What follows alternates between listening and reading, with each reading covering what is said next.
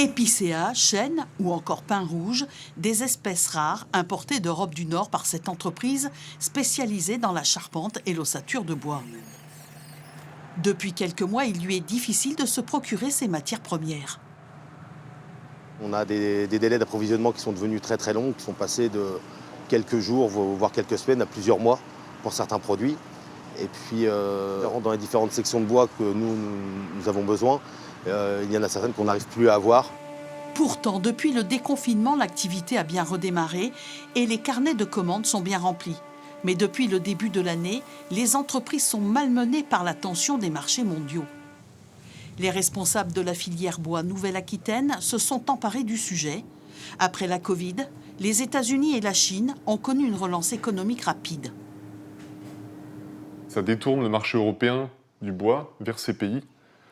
Et donc par conséquent, les pays, la France notamment en souffre, puisque les bois norvégiens d'Allemagne ou du Benelux partent aux États-Unis. Les prix sont passés par exemple de 500 $ à 1500 $, donc vous avez des prix qui ont triplé en l'espace d'à peu près un an. Conséquence pour notre entreprise de la Vienne, le prix du bois grimpe et ce n'est pas sans risque.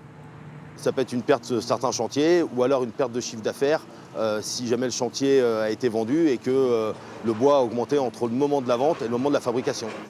La filière bois n'avait pas vécu une telle crise depuis le choc pétrolier de 1974. Aujourd'hui, elle souhaite profiter du plan de relance économique de la région pour mettre en valeur les bois de Nouvelle-Aquitaine.